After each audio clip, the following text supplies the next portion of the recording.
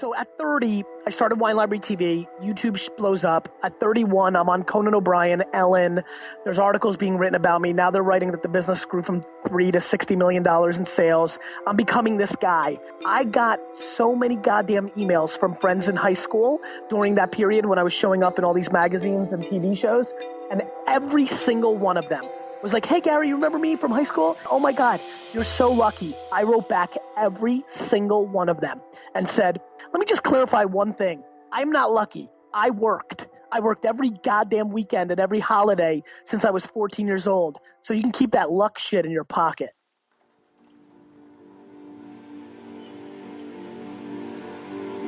Every day that I live my life, I get 5 to 27 emails from people that are telling me that they are quitting, or they should quit, or are really coming to me as a last resort to convince them not to quit, I think a lot of times, or maybe give them confirmation that they should quit.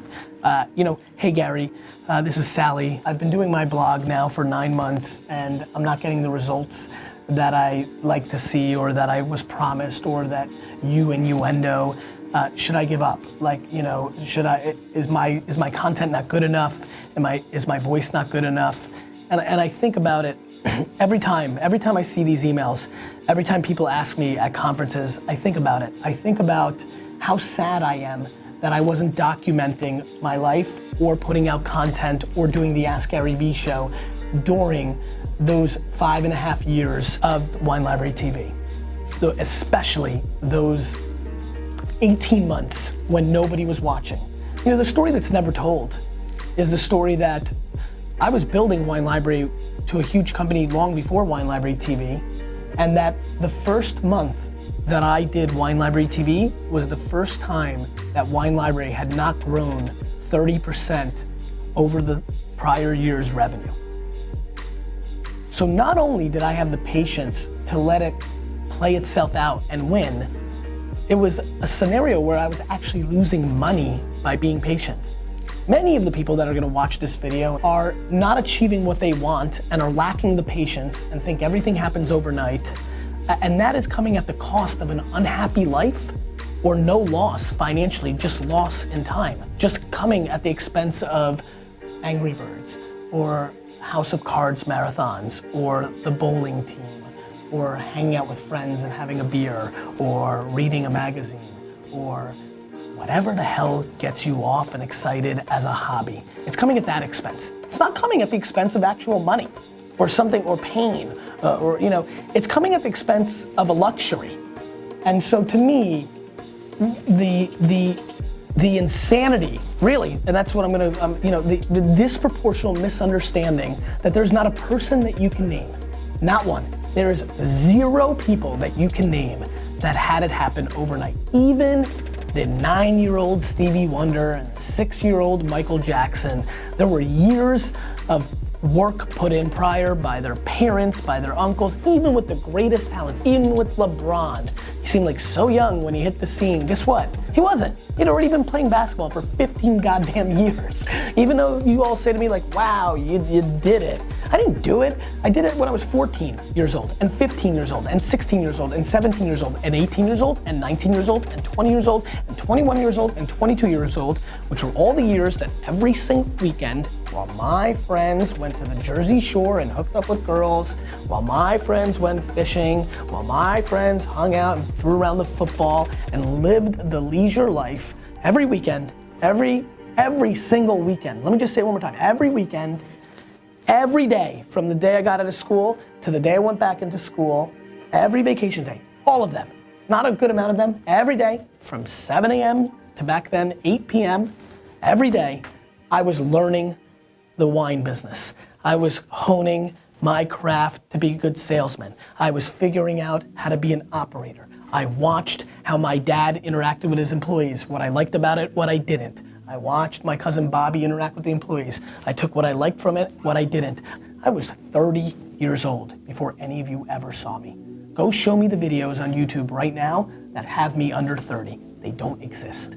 I was putting in the work for half my life, from 15 to 30, where I built an actual business. I put in actual work.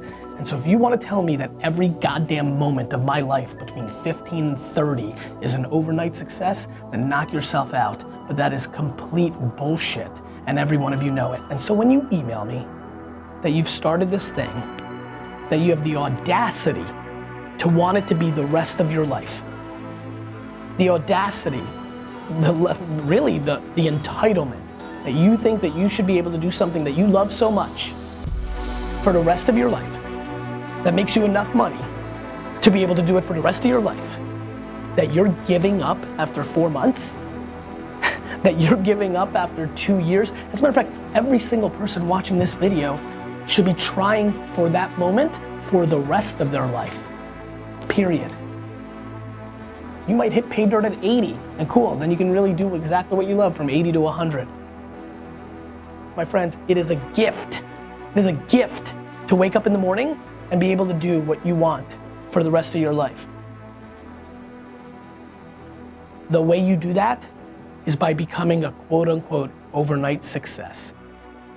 You know, the excuse that everybody uses to deploy against somebody who's actually put in work for the last decade and got themselves into a position where they can do something pretty rad that we all think is cool and we all wish we could do. You know, that thing, the thing that you say to yourself to make yourself feel better about when you're laying in bed and playing a goddamn game on your phone instead of putting in the work to achieve what you want. Nothing in life is free. Nothing happens overnight. It all takes tons and tons of work and tons of talent and tons of serendipity. But my friends, luck, serendipity, there's a forced culture within that.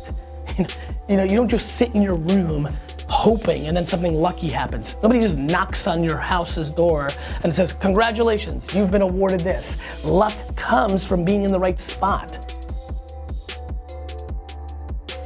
I've been really lucky because I fucking bleed out of my eyes every day of my life and work my face off.